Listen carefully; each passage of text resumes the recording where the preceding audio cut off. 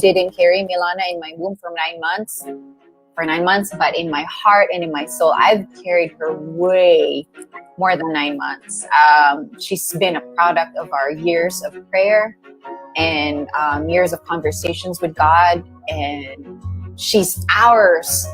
You know, she's ours, really and truly. Like, she's ours. You know what I mean? And I'm sure you get what I mean. When I was asking that question, no, I realized na, oh nga, how did I overcome that? I think by just God appointing me. He's mine. Moses is mine. God qualified me by giving him to me. So, dun pa lang, nakakalma na yung fears ko na, oh nga, I'm his real mom. Ako yung mom niya. God already qualified me for it. So, he gave Moses to me, so I'm the real mom. And regardless of what happens in the future, my son wanted to meet his biological family one day. Being a mom starts with really the decision once you say yes. Because people are so afraid to say yes because they want to feel like the mom first. No, you say yes. And then you feel like a mom. You'll just feel that protective side of you, I guess. Well, I would parents who adopted their child to tell their adopted child as early as possible. You know, the younger, the better.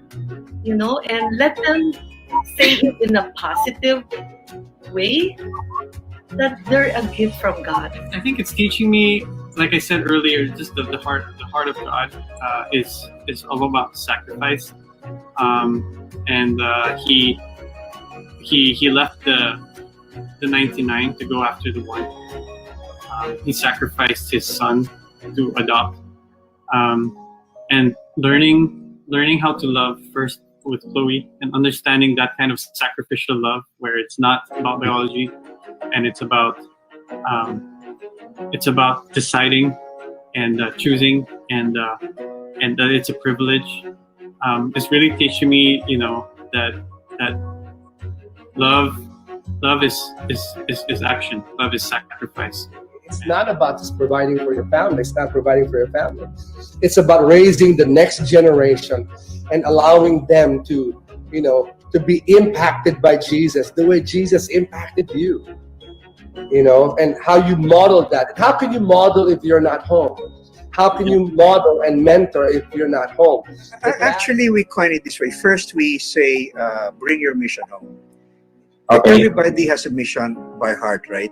I can't figure out what my mission is. And everyone knows, okay, I give my tithes, I give my money, but there's something I want to do on my own. But I can't go to Timbuktu, I can't go to Africa, I can't go, what's my mission? So we coined the phrase. I said, it's very simple. Bring your mission home. One way or another, God's going to make sure he's going to provide for you, for your needs, for that child's need. Just do the right part. You know, someone once said, stop asking God to bless what you're doing. Find out what God's doing because it's already blessed. So I think that we all need to look at, okay, let's not look what's in front of us as far as our circumstance and all this. Let's just do it, and God's going to bless it somehow, some way. Let's just trust God that he's going to come through for us. So my advice to all fathers out there, and of course to all parents who be parents, is that just be ready for it, because it's not going to be easy. Sure, yeah. But of course, all the fun that you have and the love that you're going to get from your children makes it worth it. And it's I mean, I'll do it 10 times over just to have that feeling of, you know, of having children who love you and call you daddy and call you mommy. That's priceless. You can't put a price tag on that. I mean, 1.8 million of orphans, neglected, abandoned children. If one church could provide one family, I think by the grace of God, we can see no more orphans in our nation.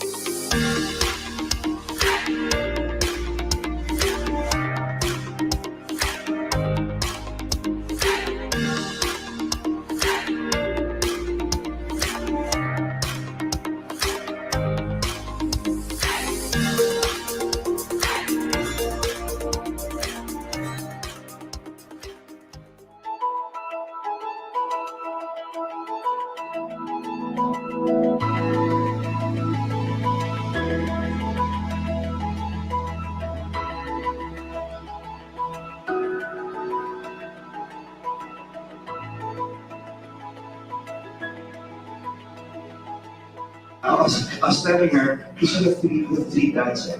You have your biological dad, you know what it means, right? Let's put it in your head.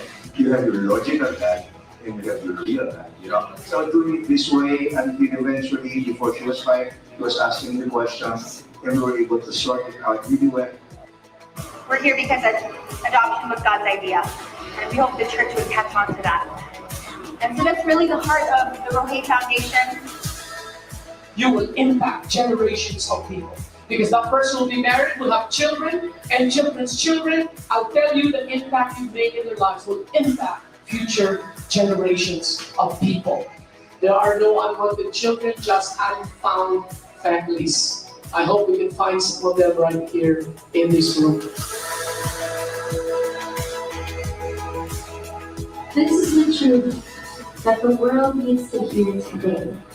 That adoption is at the very heart of the gospel. That adoption is a beautiful thing. It's not plan B. We adopted because we saw just how beautiful adoption was in the Bible.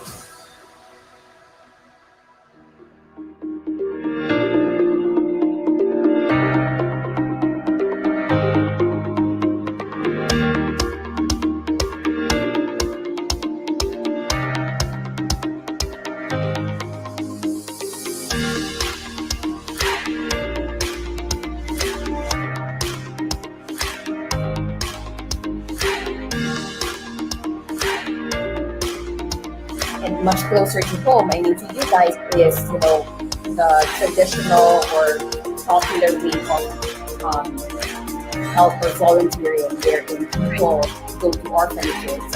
And I agree with you, Tina. Our philosophy as well in giving the culture is that children deserve to be in families.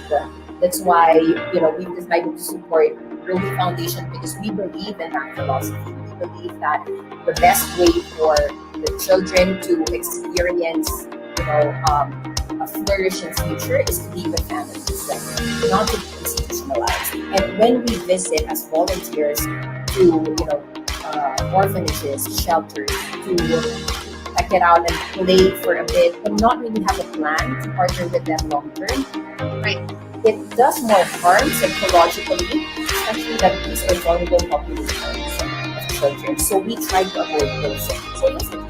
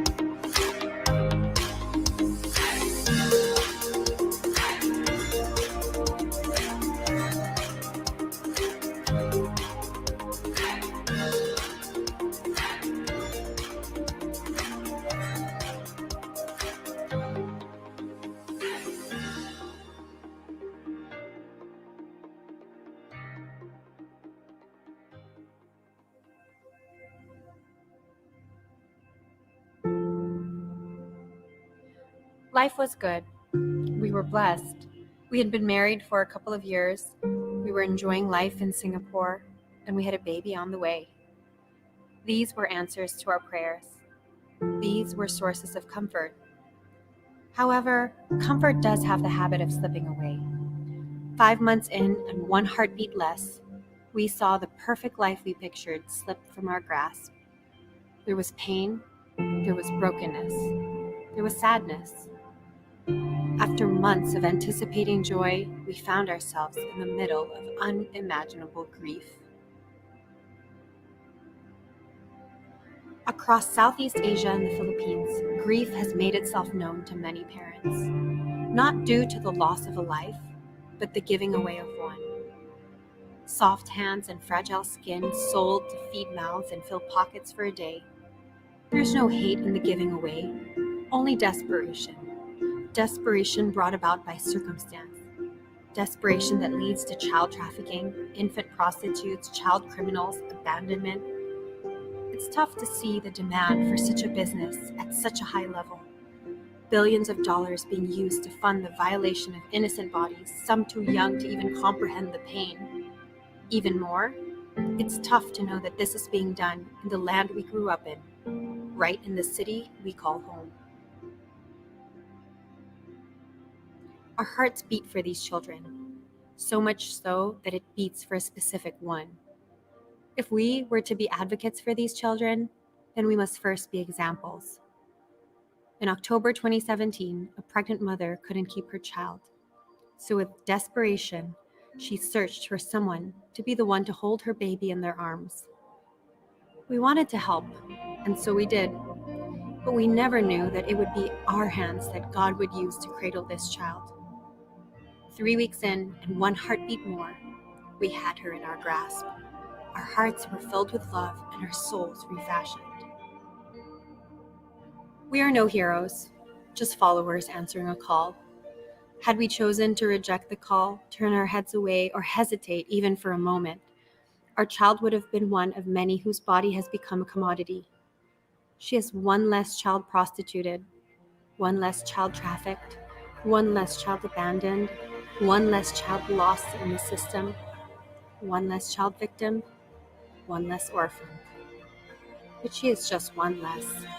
There are millions of children out there who may never have access to a family, access to care, to nourishment, to shelter, to safety, to a childhood.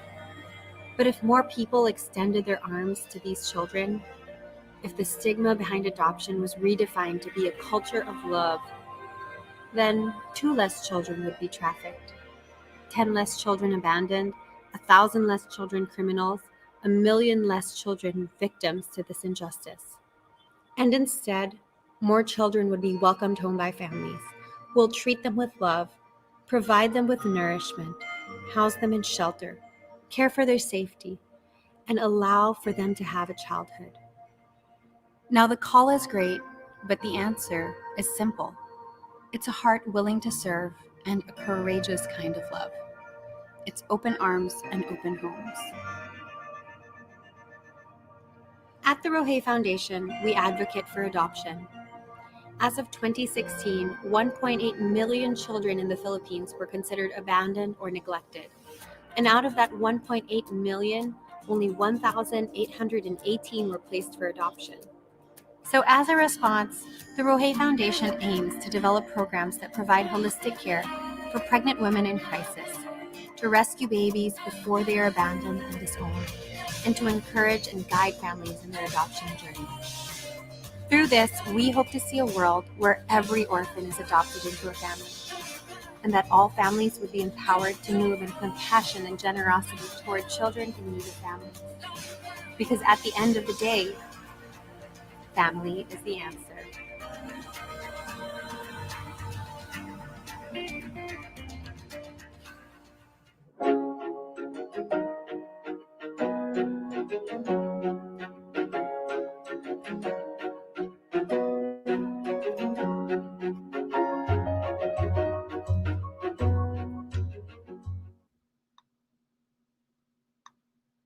Hello, hi everybody. Good afternoon. My name is Krina Henson, and you're joining us from the Rohe Foundation this afternoon for a really special episode of What Makes a Real Mom. As some of you might know, this was a series that we launched last May, which we thought was very appropriate for Mother's Day. But we've come to find that Mother's Day just isn't, the month of May wasn't long enough to feature and to talk to all of the moms that who have such incredible stories relating to adoption and foster care and loving the orphan. And so we've decided to turn that from just a Mother's Day series into, have it the whole year long. And we're really excited about that. So today's going to be a really great episode. I'm really excited about our guest this afternoon. But before I get to that, I did want to share a little bit about Rohe Foundation. I'm sure some of you are joining us for the first time, and that's wonderful. Welcome.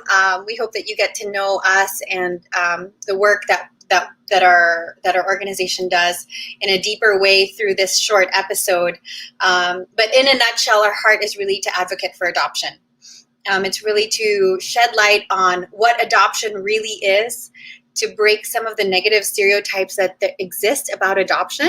There are a lot of them, especially I find culturally here in the Philippines, there's a lot of negative stereotypes that our mind needs to be transformed and renewed to what adoption really is. And our hope is through the episodes that we provide for you online and these short live chats that we'd be able to do that, and we'd be able to have conversations with families who are also passionate about the same thing. So that's who we are. That's the Rohe Foundation. We're in advocacy, and we do advocate for adoption. We have it's going to be, it used to be a live event, a forum that we would run almost quarterly, and we would take that to different locations called Family is the Answer. And that's something that we're going to continue doing. We're going to take that now to an online platform, so do look out for that. The other thing that we do is, apart from our advocacy for adoption, is our outreach for pregnant women in crisis. So we've just recently launched a Facebook page called Tulong Kay Nanay. You can find this Facebook page on Facebook.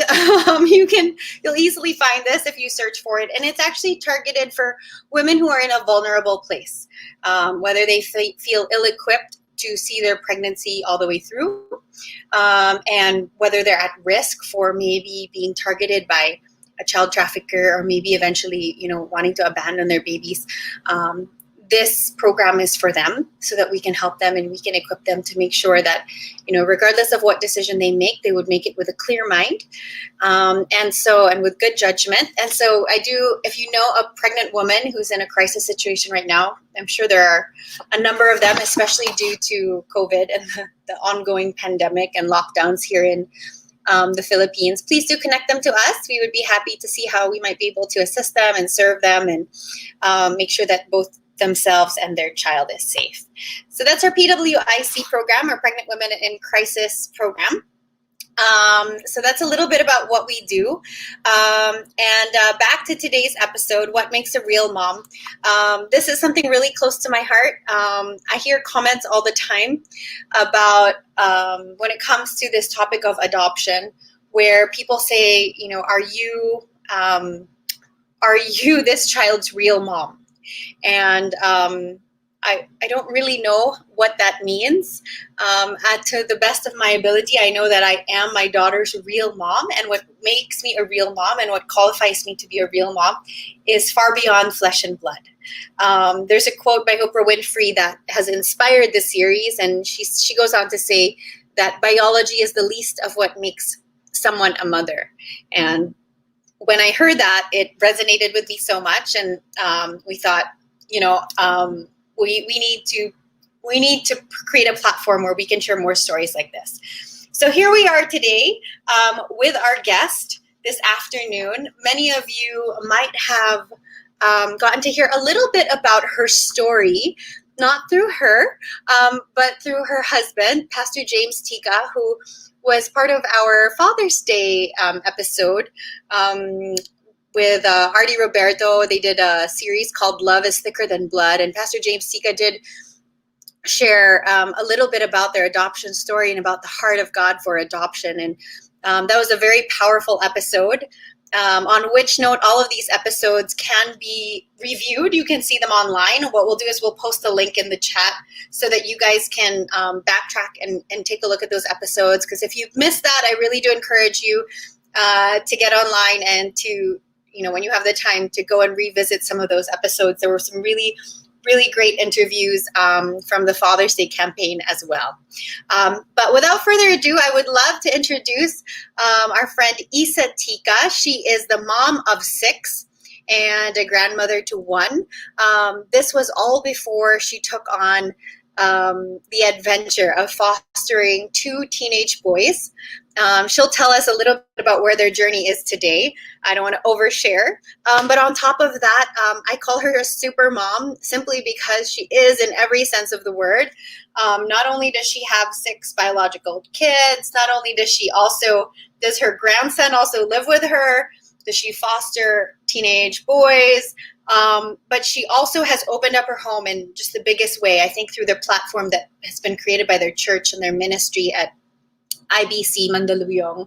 That's International Baptist Church, Mandaluyong, where she stands alongside Pastor James Tica in leading this church and also the school. She's an educator at the very core, educating college students and even heading up the preschool division of the school. And so there's just so much to learn from this woman. I don't know how she juggles it all, but her heart is something that I know everybody will be deeply encouraged by. So without further ado, let's bring on Issa Tica.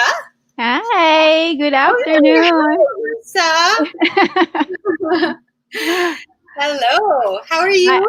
I changed my background. It's white now. It was green. Yeah. Doing well, doing really well. Thank you. And thank you for having me here. A head start at introducing your story. And so we're glad we finally found the time to catch you, and of which I'm so grateful because I know that now more than ever, moms are so busy. School has started. Moms are busy and teachers are busy. What has it been like for you the last week or so since school has started? Oh my, what word do I use? It's a zoo. we've been really really busy, like you said. Teachers are busy, so being a teacher, we had been preparing for this because everything's new, setting up everything, learning everything, especially at my age.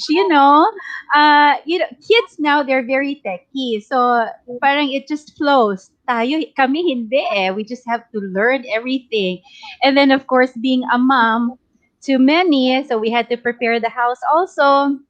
So yesterday was the first official day of school, and we were just all tired. I mean, I haven't gone to bed like that early last night for a long, long time. Because I was in bed like 8:30 or 9. I was just really exhausted. The kids were tired, but grateful. We were telling our kids because we all had headaches last night, and I said, but still be thankful because we have a school. We're in school. We're able to do online school, so it's still a blessing because I know of a lot of our students are not able to attend school this year. So that's how our week has been. Yeah, I'm sure it's been an exciting week. I mean, I've always asked you very practical questions about how you do it, but before we go to that, I wanted you to maybe first introduce your family a little bit. I didn't want to get ahead of myself in your intro. I wanted you to be able to introduce your family, and you have such a colorful family, and how God has built your family is so unique. And so I thought that you introduce them and tell us where you guys are as well, in terms of the 2 boys that have come into your family through foster care. Okay, well, like you've mentioned, I have 6 kids. I actually had 7, so I lost 1. I also came from a big family. Konti lang kami. There's 10 siblings. So growing up, tapos getting married, I've always wanted to have a big family. Tapos my eldest came, and I had a C-section, and I was like, oh no, C-section, so I'm only going to have 3. But my doctor did miracles. So I had 7 pregnancies, 2 premature babies. So 1 survived. That's my oldest boy now. And then 1 didn't survive. So my eldest is a girl. She's now 25. Yeah, that's the one in the middle. And then she has a son. She's a single mom. So Zach is my grandson. I'm a Lola at a young age. And then I have 5 biological boys. And then I have 2 adopted boys. So a total of 9 kids. Pastor James and I have been married for 27 years now. We've been childhood sweethearts since I was 13. Don't copy me. Oh, So, wow. yeah, oh, di ba? Naging boyfriend ko siya. I was only 14. That's another story. Yeah. So, yeah, and so as you've mentioned, Pastor, my husband, Pastor James, is the pastor. He's a senior pastor of International Bible Church here in Mandaluyong.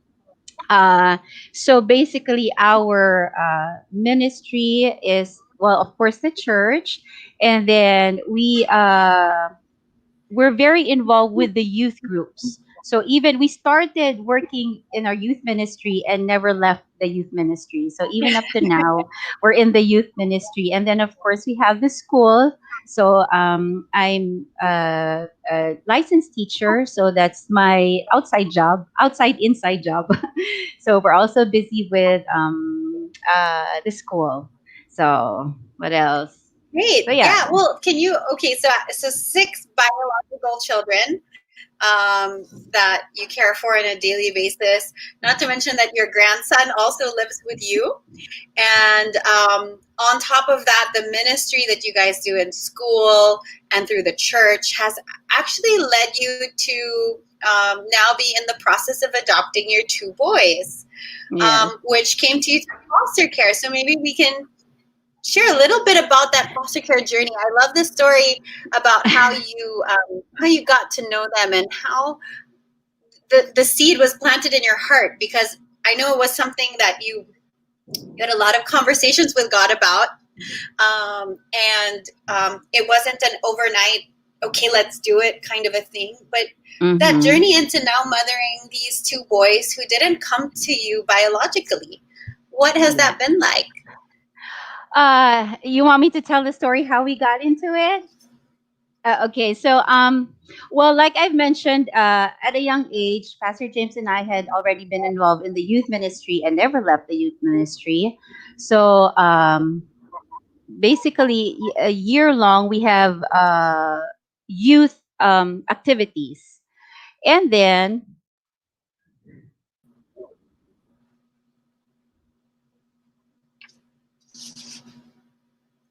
okay, you back? I'm back. Go ahead. All Sorry, right. don't worry about me. Okay. We're All right. listening. Okay. Oh, okay. So every Christmas we do, like most churches, we do gift givings, and then we do get every year we do gift givings to the street kids of Mandaluyong. And then this one Christmas, Pastor James said, "Ano kaya ibahin naman natin? Let's try something different. Why don't we try giving gifts, Christmas gifts to the orphanages, which we've never done before?" Okay, and so he said, "Do you know of anyone who can point us or lead us to an orphanage?" And of course, Pastor Joel Marcaida came into mind. So we had been supporting Operation Compassion. When I say support, every time we have an event, we have them speak and share about foster care. So that's why I say support. But fostering never really crossed my mind because, having many kids, in my mind kasi, I'm thinking pag foster, baby. And like I said, I'm done with babies. Hindi ko na kaya, di ba? So, and then that one Christmas, so we asked Pastor Joel, sabi namin, Pastor Joel, do you know of any orphanage that we can reach out to? So he said, well, I know only of one. And then he mentioned to us that one particular place.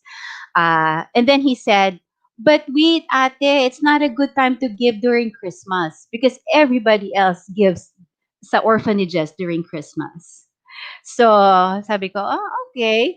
But he said, but di ba we have a camp, we have youth camp. You want to try? Let's see if we can invite the kids from that institution. I was like, sige, let's try. But that's something that I don't know if you're familiar, but orphanages, there's syempre they're very particular about the About that. safety. Yeah. Yeah, of their kids. Yun yang even relatives they don't just let them go out with Right. them, right? Because the Yeah. security and the protection of the kids. So, but we said, sige, let's try. So we wrote a letter to the OIC of that institution and on this December of that year. It was the very first time for that institution that they allowed 25 boys to attend our youth camp. Okay. So that Christmas, when we had that 25 boys, syempre insecure, we had social workers there because we were afraid na baka may tumakas or something might happen. So we had social workers attend the camp also, which was a good thing. So uh, that Christmas, I met Charlie. That's the older one. So, but I didn't meet him until the last day because since he got it in a little trouble, so that's why, because out of the 25 I tried to attend to all of them, but it's hard to get to know each one of them. So it was until the last day when I heard about him, and before he left, so they told me about what happened, and then before they left, he was in the jeepney, and then I said, magpakabait ka ha, sabi ko magpakabait ka. But the look that he gave me was just, I was like, it was different. No, when he left, talaga naiyak ako. Kasi I was thinking at that time, this is not a bad boy. He's just not guided. So after that Christmas, we invited the boys to church, which they allowed again. Sorry, which they allowed again, and but I didn't see him, and I heard that he got in trouble for something, and since that time. Syempre, tayo mga nagme-minister, we don't just do an event and then leave the kids. So we try to do follow-ups. We would do visits, and every time he would visit, oh, sorry, backtrack. So that Sunday that I was looking for him, they pointed, that's Charlie. Somebody said, that's Charlie. And then Pastor James said, no, that's not Charlie. I said, yeah, that's Charlie. No, that's not Charlie. And then somebody whispered, Tita, that's not Charlie. That's his brother. So I found out na may brother Right. siya. Yeah. So every time we would visit, yun na, I would always look for them. And when they know that we're there, they would always be waiting at the gate, waiting for us at basketball court. And that's how I started. And then after non, of course, I knew about foster care already because I had been hearing about it for by the time for about 4 years now. So Wow. yeah, because I met Pastor Joel in 2012, 3 years going on 4, and that was 2015 and 2016. That year, and I said. I asked my husband, I said, what do you think about? Because every time I would leave, parang part of me, naiiwan dun sa institution. And I keep thinking, I want to take these boys home. Um, of course, you want to take everyone home, but for some reason, there was just really something different about the two boys.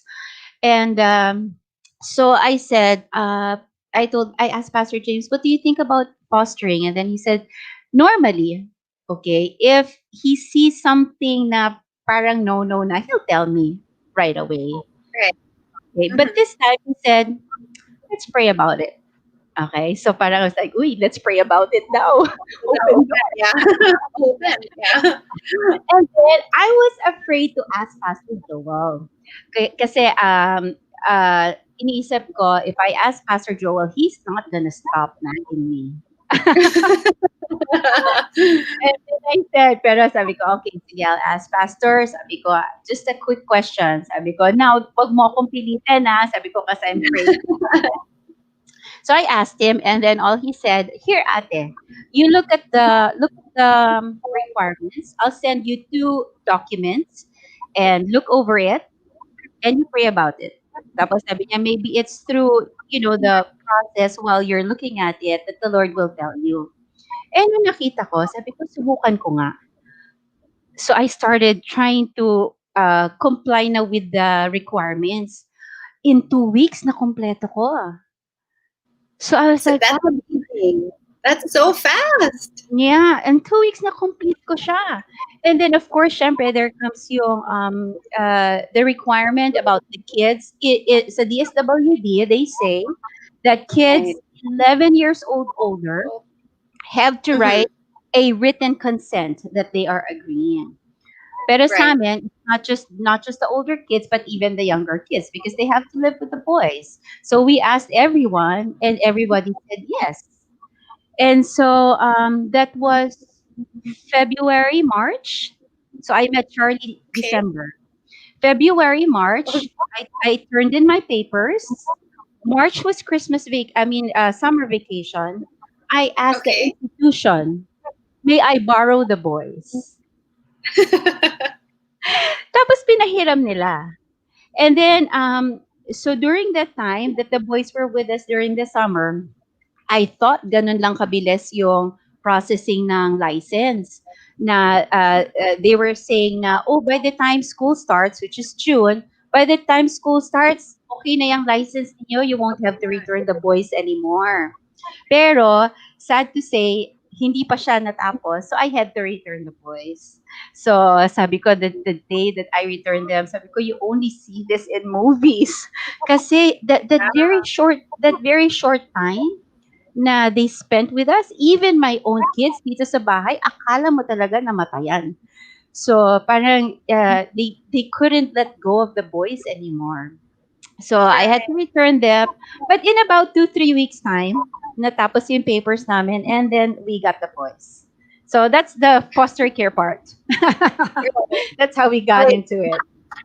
I remember hearing that story and crying the first time I heard it because having to say goodbye to them is that's one of the biggest fears I think of a family that when they think about foster care, their question Right. is always what happens if I get attached because we know that foster care is not permanent. Um, Mhm. it can be made permanent through adoption, but that foster care in and of itself is a temporary setup. And so Right. that journey then of you having to wait has moved me so much because I go, oh my, the heartache of having to part with them, and even for your children to have to say goodbye. But what happened in that span of time that moved you from eventually being able to foster the boys, to then deciding we want to go all the way, we want to make these boys permanent members of our family? How did you transition that? Because the kind of like what you're signing up for is foster care initially, right? And then to sign up for permanency, family forever, is another thing. So Actually, it was the other way around for us, Ate Koreans. Kasi, uh, at that time, although I knew na fostering is just temporary, but I didn't look at it as temporary. So sa akin, when I asked my husband what do you think about fostering, we were really thinking about fostering to keep. right. Okay, I wasn't talaga. There was no way I was gonna get them and then return them. So yeah, kaya lang because the adoption process takes longer. Yes. So and I claimed it na wala nang kukuha sa kanila.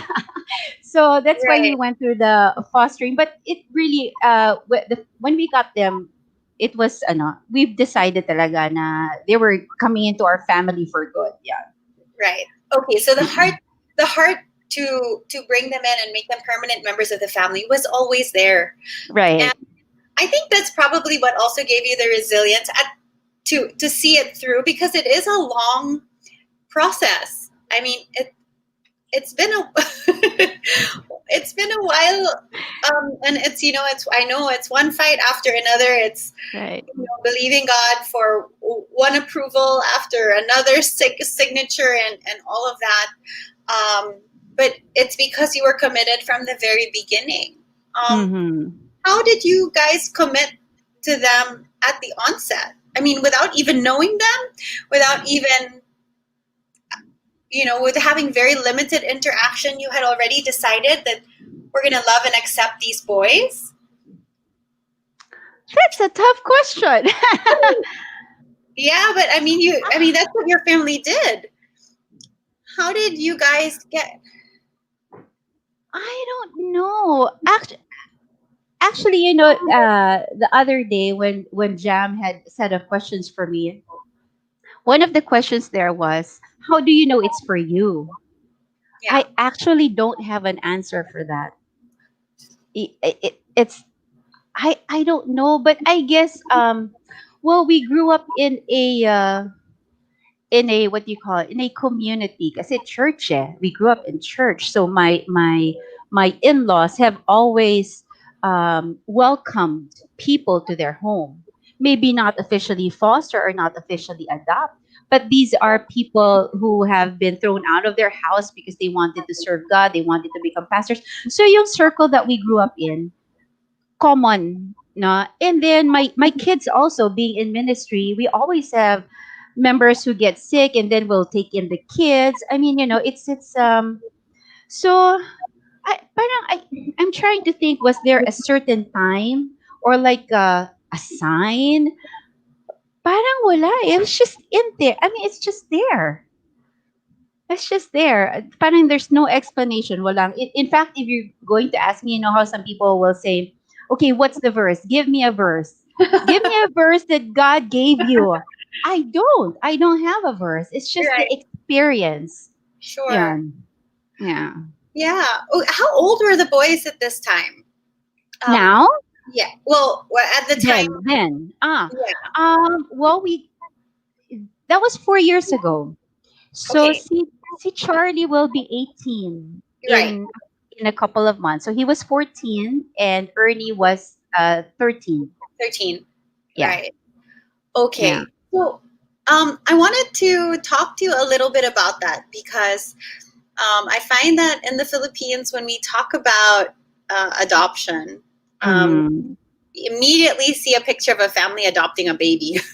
Yeah. And it's so common. I mean, we get a lot of families coming to us and consulting about, how do we adopt a baby? How do we adopt a baby? And we get it. It's nice to have babies. But the reality is that there are so many children who are waiting in orphanages and children's homes that are getting older by the day. And Right. the reality they face is that the older they get, the less adoptable they are. Right. Right. Sorry to put it so bluntly, but that from a big picture perspective, right? Every day that goes by, they become less and less kind of adoptable. And what you've done is you've taken kids that are kind of on that process of already almost aging out. Mhm. Right. What were some of the things that you discovered about taking in older kids that initially you might have had some preconceived preconceptions or kind of like assumptions about Mhm. what that would actually be like? Mhm. What was it? What were those, and how did that change in the process? Well, yeah, you're right. Kasi when it comes to older kids, most families that adopt, they want younger kids because thinking that they'll be the one to how do you say it? They'll be the one to Kind of hindi raise naman it forward. yeah, Yeah. right. Parang clean slate, right? And then I'll teach her this or I'll Right. teach him this. But older kids, syempre, the first thing that comes into your mind, they say, nako, ano na yan? Ang dami nang natutunan na hindi maganda yan. How do you Yeah. break that? Okay? Or, andyan yung, syempre, coming from an institution, I mean, I don't know how to say it nicely, but things that happen sometimes inside the institution. So sometimes, at that time, syempre, iniisip ko rin yun, right? What if what they learned from the institution, they bring it into my home? So those are things that, I talagang considered. Well, of course, for me, the advantage was I don't have to take, they won't need, they're not totally dependent on me like babies. Yeah. Diba? So that's one. And then having boys, that was another question that was asked of me. Sabi nila, you already have boys, why don't you get boys? Inisip ko, boys will get along with boys better than having to adjust with another girl. So, the fear is real. But I guess I was just sometimes pumapasok pa rin siya in my mind. But sa akin is it's clear eh. It's a clear command from the Lord. So sa akin, if He calls me, then He will provide for those. He will give me maybe not the answers right now, but He will guide us through. So, and like I said, di ba, yun yung common misconceptions na um, paano kung pangit yung ugali niyan, paano mo pa mababali, matatanda na yung mga yan. But like I've always said, even with your own kids, whom you've tried to raise the godliest way na possible, they still sometimes make wrong decisions in life. So it's no guarantee na kung ikaw ang magpapalaki, ikaw ang mag-raise, magiging good kid siya. So, yun lang. I just, I said, talagang I really just entrusted the boys to the Lord and just, instill in them. Ang maganda lang doon is because uh, the good part that came out of the bad side of yung experience nila is they've seen yung hindi maganda. So everything that will come now, hopefully nakikita nila as a blessing and something good, knowing God. And actually the boys, they're uh very thankful sila. A lot of times talaga they always say, buti na lang ganito, I'm glad na ganito. So even yung heartaches nila, I always tell them, even your heartache was used by God to bring you guys to us. So, yan. Yeah, the misconceptions talaga ng adoption, yeah, ng big Yeah, boy, ng big kids. ng bigger kids, right? Yeah. Were there any challenges along the way for your family in terms of adjusting to older kids joining at a later stage? We all at that point you already had teenage children as well, right? So suddenly someone has a new kuya, or were there any challenges there in the family dynamic, and then how did you manage that? Yeah, kasi 'di ba, syempre at start excited sila, right? And then when we had to return the boys, sad sila. And then when we got them back, excited na naman. And then after the honeymoon stage, actually no, I take it back. Even during those 2 months that they were with us, visiting lang, borrow lang, they would fight. And so I think Pastor James shared this one time. Now Yes. I broke down. It was the last full day that the boys were going, the boys were with us because the following day I was going to return them. So we went to Enchanted. So morning pa lang, we were fighting. And then when we got to Enchanted, before kami pumasok, on the way, umiiyak na ako. I was just really crying. And then in my mind, I was like, did I make a mistake? Did I make a mistake? Kasi parang like, why are they always fighting? And then syempre, iniisip ko, I'm thinking, part of me naawa dun sa two boys because do they feel na parang outsiders sila? And then part of me, iniisip ko my own kids. Do they think na masyado kong favor yung two other boys over them? So it's hard kasi people who don't fully understand. I mean, of course, they give advices out of their, love and concern, sincere love and concern. But before we did this, I didn't tell anyone because I was afraid I was gonna hear na, ay, hindi ka magiging fair. Hindi ka magiging fair kasi lagi mong kakampihan yung sarili mong anak. O di kaya, it's the other way around. They'll say, hindi ka magiging fair kasi because naawa ka sa dalawa, you'll favor the other two over your own kids. Kawawa naman yung mga anak mo. They'll suffer. So it's really hard. Even now, I try to balance when they have arguments. But I think we've kind of grown, big boys. they've grown and matured. Less na. Well, of course they're older, but it's been 4 years. Yes. So yun. So they've adjusted really well. We've adjusted well. Meron pa rin siya, yung mga petty things lang. So, pero you can't tell the way they treat one another. You can tell na iba yung dalawa, iba yung the rest of the kids. Yeah. How so? In what way? Like, could you share a little bit more about that? How can you tell?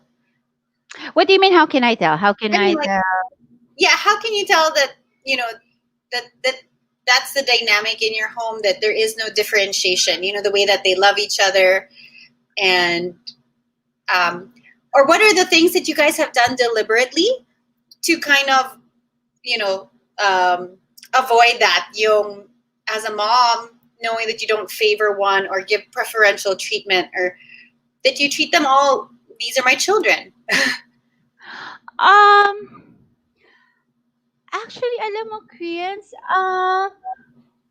parang ano for me personally, okay, I think it just, I don't, I don't want to sound like I'm bragging about it, but it parang naging natural for me because nga I love kids. So even as a teacher sa classroom, you try to be fair with everyone, diba? Right. So, but here kasi in our house, una, physically, they only stay in one room. Maliit lang yung house namin. All the boys. So, all the boys stay in one room. They share everything. So all 7 or 8 of them, even your grandson? Well, see, Andy, my daughter, and her son, they have their own room. Okay. Yeah, but the rest of the boys, 7 of them, stay in one room. And then, so they share almost everything. Tapos napansin ko rin, na-notice ko, hindi talaga necessary. You would think because Charlie and Ernie are biological, you would think they have their own little, world, diba? Lagi silang, Actually, hindi. Si Charlie is usually, he does things with my other son, si Ashton. Sila ang palaging magkasama. Si Ernie, being the younger one, actually siya yung laging nakakabit sa akin. So, actually, mas madaling mag-away yung dalawa, si Charlie and Ernie. Right. Yan. So, in fact, pag we're in let's say in a group or an event where they don't know my kids, they'll say, "Sino dyan?" Kasi even the looks even the look, hindi naman they'll say, "Sino dyan ang mo? Sino dyan yung dalawang adopted boys mo?" Ganon. So, blessed kami. I think having older boys to adopt, and my own boys and ate are they're teenagers, and they have a parang wider understanding, and yon. So they're just awesome. Talagang grabe yung mga kids. I'm very thankful for them. Yeah. They're outstanding kids. And I remember when we asked Pastor James about this, he was saying something about, brothers really fight. Yes, right. That day.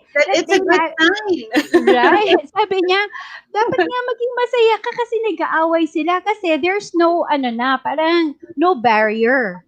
Unlike, most of the time kasi, sabi niya, you would expect with the 2 boys coming in, they'll try to be sobrang on their toes all the time because they'll be afraid they'll be rejected. They don't want na mapagalitan sila. They don't want to be disliked. So everything they do is to please. Hindi. So sabi niya, that's a good thing. That's a good thing that they're fighting. It means they're comfortable. Yun. They're boys. That was so insightful. No, nga naman, they're boys. They're brothers. You probably, among siblings, you'll probably fight. The closer you are, sometimes the more you feel comfortable arguing about something. So, yes. It's so nice to see how they have adjusted to your family and how your family has really welcomed them, and you've allowed God to build your home that way. There was one other thing I wanted to ask you, because the reality is you've officially, fostered and now in the process of adopting 2 boys, Charlie and Ernie. But your family takes in so many by way of the church. And, unofficially, you're fostering over 30 kids. Am I right?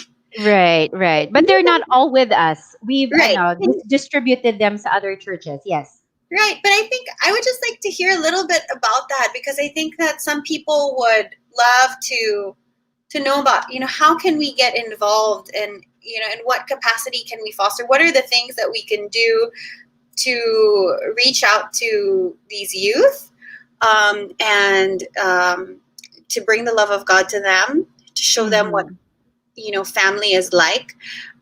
Maybe it's a baby step, you know what I mean? Or how tell us a little bit about how you guys do it, you and Pastor James, and then as a church as well, how you do that. Okay, well, So since we got the two boys, so we actually did stop visiting that place, and then we continued with our camp.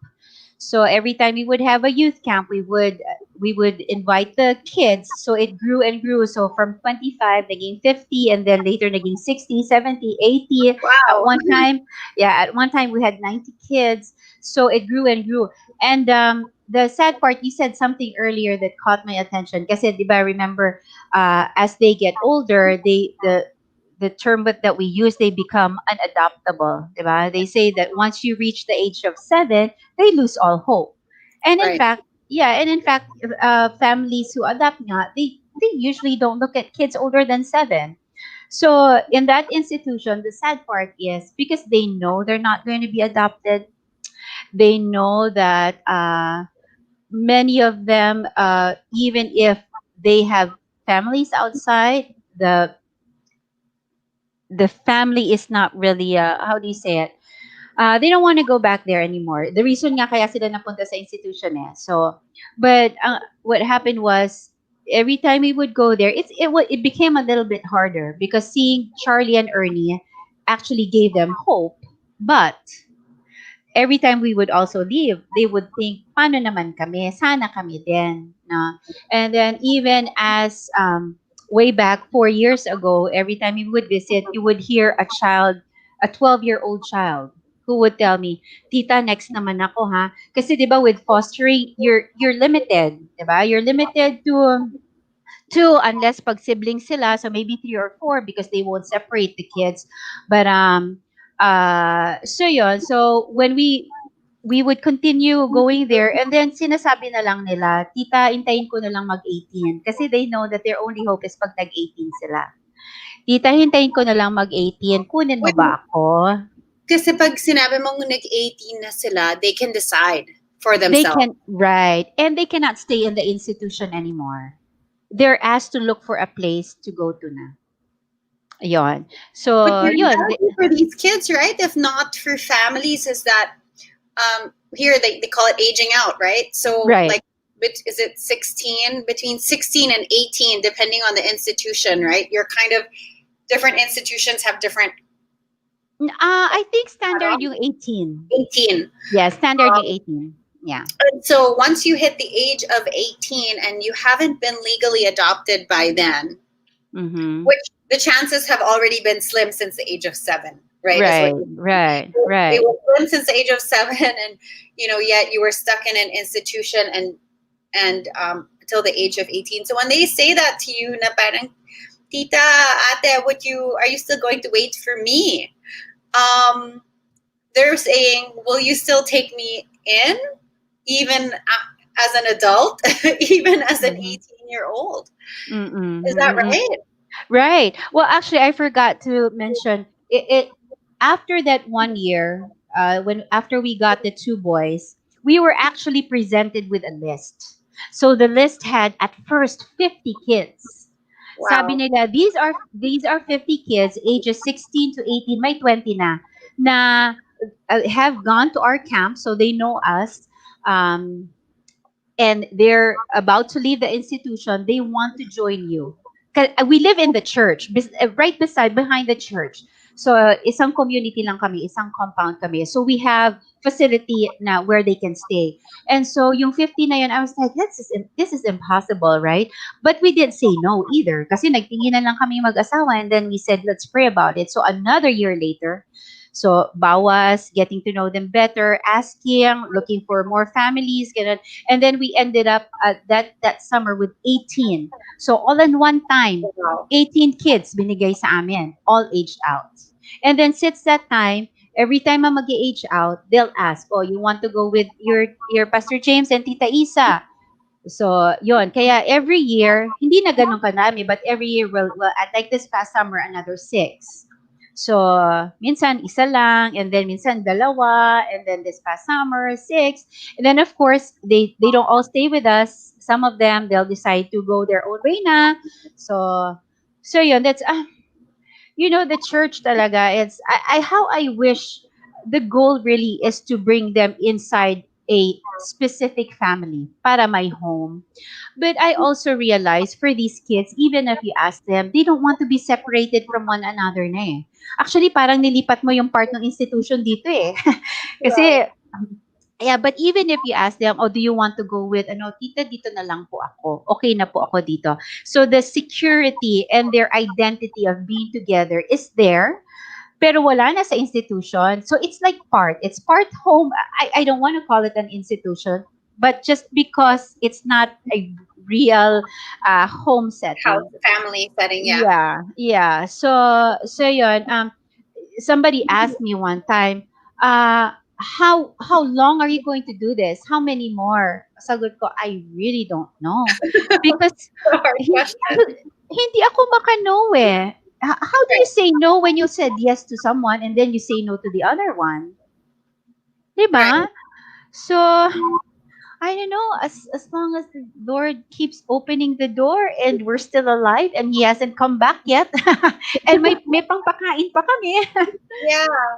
I think you guys have done such a heroic is such a small word to describe what you've done, but such an admirable thing. And the way you've extended the arms of your family to embrace all of these kids and to say to whatever capacity, for as long as our arms can stretch, we'll take you in, and we'll be that family to the extent that they're comfortable, because you're talking about adults already at the age of 18.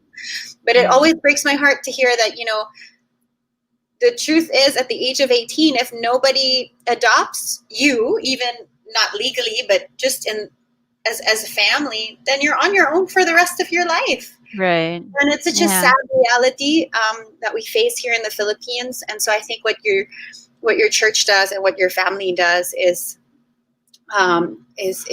setting the bar for what other churches could do as well. And so I think it's so wonderful.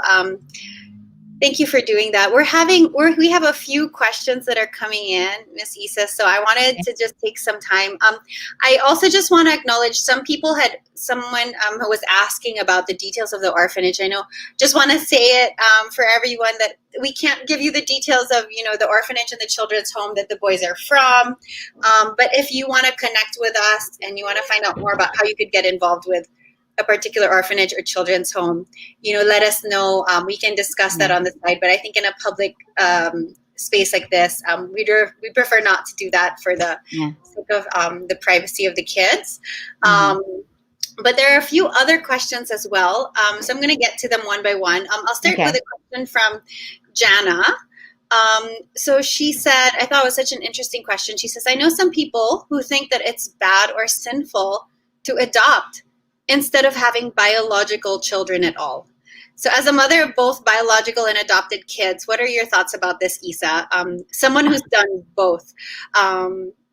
What are from a biblical perspective, maybe you can address this misconception. Yeah, but God adopted us.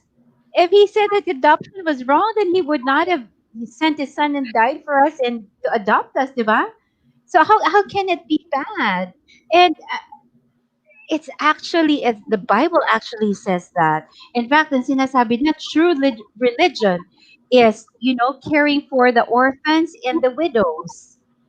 So it's a privilege. Once you're in it, the experience is just, it's inexplainable. Yeah, indescribable. So no, it's not bad. It's biblical. Right. And would you say that, I guess maybe this is coming from a place for, there's some people who say, I won't have biological children na lang. I won't do that. Instead, let me just adopt.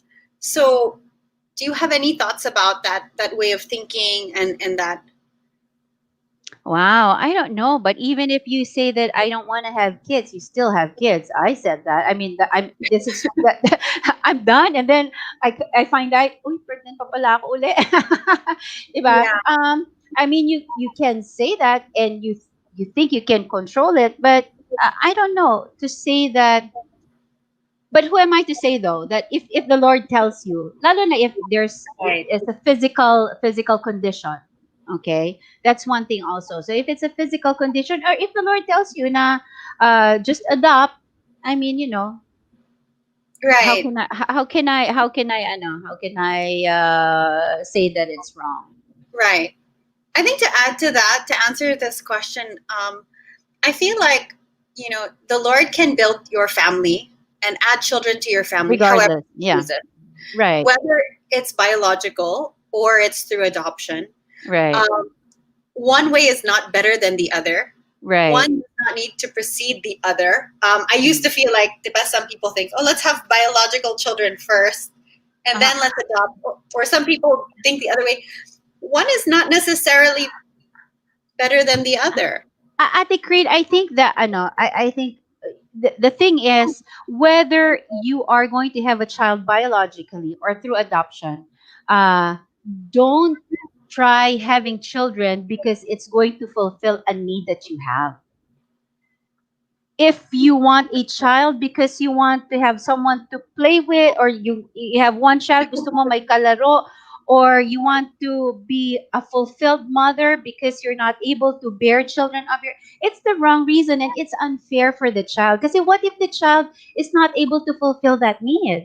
It's undue pressure that you've placed on that child. So whether it be biological or through the adoption process, make sure that your motive is right. It's not to fulfill your need, but it's because a child needs a home. Sa akin, I said I don't have a specific verse, but it's my experience. How can you not share God's love that He has lavished on you? Biologically, the adoption way, or however way it is, sobrang overwhelming that you just have to share it. So, Right. Great. Thank you. Yeah, I hope that answers your question, Jana. I think, it's just, trusting God. I don't think there's a square cut, cookie cutter answer for this. And to what's bad, I think sinful is a very strong word. I think that you need to hear from God about what God is doing in your own life. For some, that might be the way that God chooses to build their family, and that's wonderful. Some other questions. There's a question from Micah. She goes, "May I ask, what are the factors you considered, or you think should be considered by parents who want to adopt older kids?" Great question. um, uh, well, like us, if you have your own kids, so syempre, everyone has to be in agreement. Because if there's only one, then that's going to be hard. If there's one who doesn't agree, then that's going to be hard.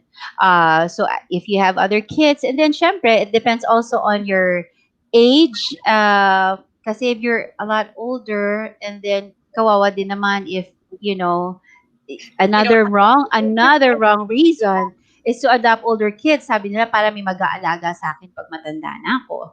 So Okay. that's another one. So um, Your a lot motive. a lot of consideration, but they should not limit you.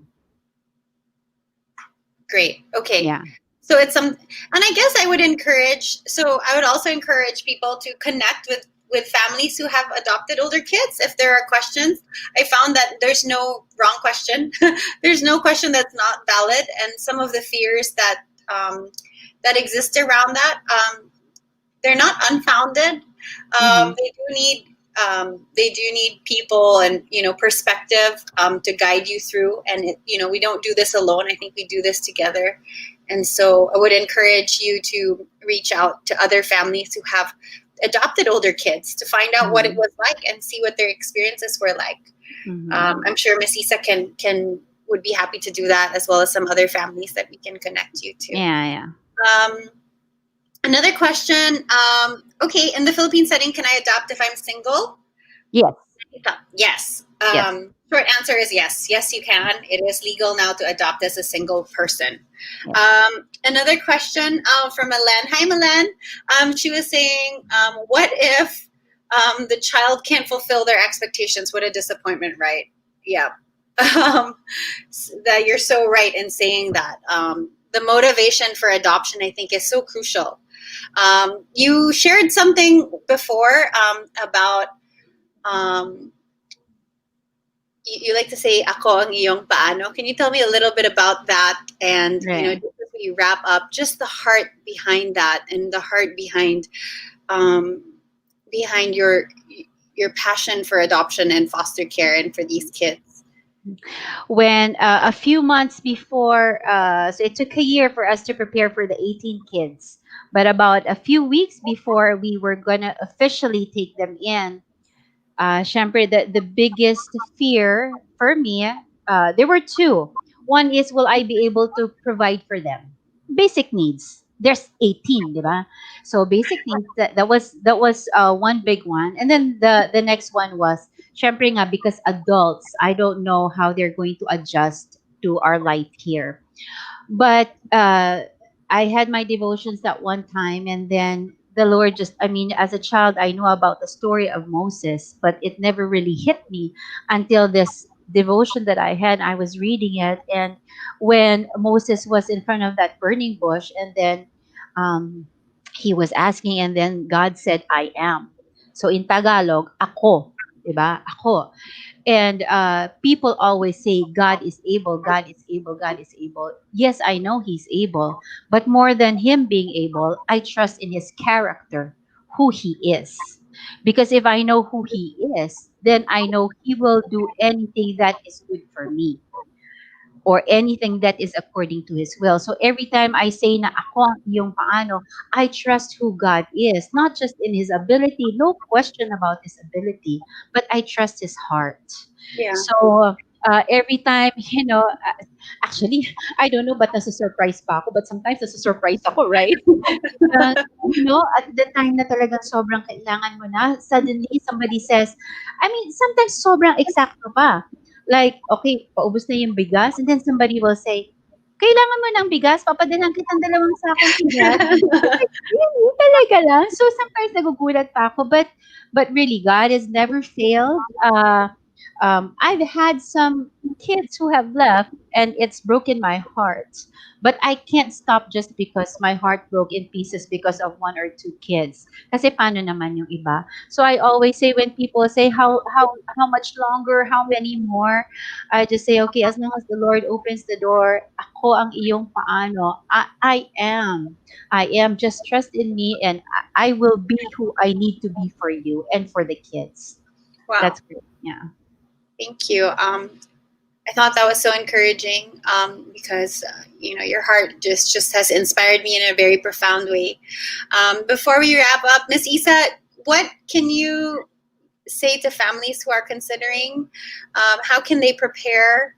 What are your kind of just top of the mind tips or advice or words of wisdom that you might want to share with a family who's maybe on the fence? Or maybe needs a little push, maybe needs a little bit of a nudge to get them started on this journey with foster care, adopting, or loving older kids? The question of is it for me? I really can't answer. But like I said, if you have experienced God's love, then who are we not to share that? Oh, okay. Sige, you'll say I can share it in some other way. But what's the best way to share? If God has adopted me into His family, if just visit those homes. If you visit those homes, it will just change you. But people go there. A lot of institutions go there and they do events, but they need more than events. They need more than gifts. They need more than presents. They need a home. I, I if we can't do it for everyone, but you can do it for one, and that one or two or three. Dati akala ko one lang. Ngayon, ang dami na nila. And I'm praying that my heart will be transferred to them and more, that they'll do this to other kids also. The question of, is it for me? When is the right time? Oh my. Let's have a chat. Great, thank you. Yeah, thank you. I know it's a hard question, and I don't think, again, there's no straightforward answer to it. But I think, as you've shared, you prayerfully considered it over, years of God preparing your heart, and then knowing that you were ready and that it was the right time for you to to now seeing how God has opened the door to not just your family, but an incredible ministry that you and Pastor James lead. So thank you so much, Miss Issa. Thank you for your life. Thank you for the inspiration that you are. Thank you. And for being so generous in sharing your thoughts about this topic. So we're so grateful. I hope we can chat again soon. If people have questions, if you have questions for Miss Issa that you didn't want to share in a public space, or if you would like to connect with her, please send us a message, and we'll definitely put you in touch. But yeah, thank you so much, Issa. Thank you. Love doing this anytime. Just let me know. Always so inspired by your family. Thank you so much. Thank you. Praise God. All right. Thank you, Issa. As we close, I just wanted to remind everybody to follow us on social media so that you can stay in the loop. We'll be having more of these. And really exciting is we have Orphan Sunday actually coming up. And Orphan Sunday is observed globally, and it's observed this year on November 8th. You can find out more at orphansunday.org. But Rohe Foundation will be participating in observing Orphan Sunday. One of the things that we will be doing is, we understand that right now not everybody can just very quickly take a child into their home, welcome a child into their home. But we can pray for them, and we can stand in the gap. We can believe that, God is moving on their behalf.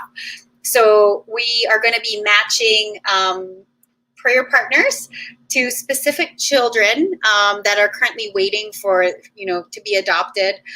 So that's one of the activities we'll be doing. There's a lot more that we'll be doing. So please do look out for that. I just wanted to kind of put a little teaser in there so that you can follow us to get more updates, and you can sign up on our mailing list once you see the announcements for Orphan Sunday.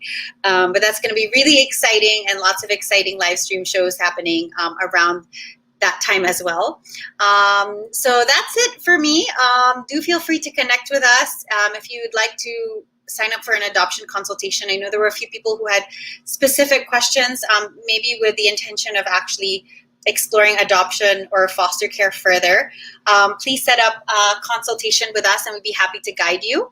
But in the meantime, that's it. Thank you so much for joining us. We're going to be leaving you with a very special video that was produced by our team, so that you would get to hear also from Pastor James, and you got to hear about Charlie and Ernie, but you'll hear a little bit from them in this video as well. So I hope you enjoy that. Till then, see you soon. Bye-bye.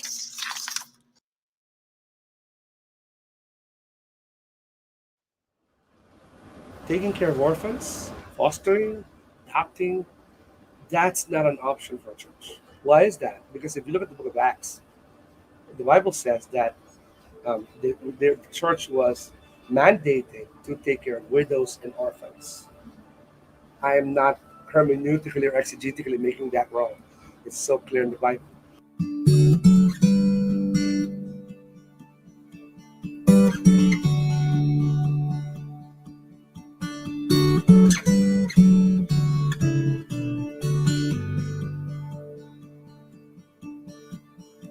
Well, I'm Pastor James Tica. My wife, Wonder Woman, Issa, from International Bible Church in Mandaluyong. I'm a third generation pastor. My father actually started the church, and we met at our church as part of the youth. And we have 6 kids, 7. One went home to be with the Lord. So we have 6, and 2 foster boys that look like our regular 6 kids. Only 1 girl, only Ate, the biggest sister, and a grandchild. We've been supporting iFoster Operation Compassion for many years now. But fostering never crossed our minds because we have 6 kids and a grandson. And then whenever I would hear the word foster, I would think of couples with no kids. Yeah. And then I would think of babies. And, I'm like, that's not for me anymore. So never crossed our mind until one day we were introduced to this one institution. And we started working there. We started bringing the kids there to our camps, and then I met one boy who I fell in love with. And from that time on, every time we would visit, he would always be walking beside me, not say a word, but But just we didn't know who he following was. We me. didn't know his name. Yeah, and It just follows like I would always tease her. It's like, well, there's the mother Carabao being followed by the baby Carabao. and then so and then one day I just asked him. I said, "What do you think about fostering?" And he said, "Well, let's pray about it." And he was open to it. And then I started asking how to go about it. And one of the requirements is that your kids, 11 and older, Yeah, well, have to agree. But with us, though, when we talked about it, we have to include everyone, even the kids we wanted younger everybody than, to. yeah, because it's going to be a family thing. And and then I found out that that boy who kept following me had a brother. So we were like, okay, two boys now. So that's how it started. Then we got our license and got the boys. The biggest problem was, what if the kids don't get along? Don't get along. And then you hear people say, that's why we never told anyone at the beginning until, we knew for sure that this is where the Lord wanted us to go. I said we didn't want outside influence. We just wanted it to be purely a family decision. But syempre, one of the questions, which later on we still heard it, they would say, you won't be fair because pag nag-awa yung own kids mo and they always mo kakampihan Your son with your your own kids. kids, your biological kids, it's not gonna work. And The craziest one is, always the question cards adoption. What if may sira yan? yeah, or what if the background of Oh, the alam mo kids ba, is history niyan. maganda? And Ganon. then you always hear na it's better now to adopt younger kids kasi you can Babies. guide them. And I'm getting teenagers, so they were saying na, oh, yung mindset nila iba na, they were raised a different way. But even with our own kids, it's still not perfect. You still make mistakes, even if you try to raise them the best way you can. I mean, they grow up and they still make decisions that are different from how you raise them. So what's the guarantee that the way you raise this child from birth is going to be much better than getting a teen? I think the thing is we all have fears. Everyone has fears, and they'll never go away. Uh, Even if you have the kids for many years, you still have questions. Pero sa akin, I think the thing that has really has been my anchor, even if I don't have the answers right now, I always, when I post pictures of our kids and our two foster kids and the kids that we have at church, I always use the hashtag, ako ang iyong paano. Because when I was scared about taking in the older kids, I was like, okay, how are we going to do this? And then the Lord reminded me of how He answered Moses. He didn't say, I will be this for you, or I can do this for you. He said, I am. So it's Him. So even if I cannot have the answer to my question right now, He will, and He is. So that's where the confidence and the courage is coming from.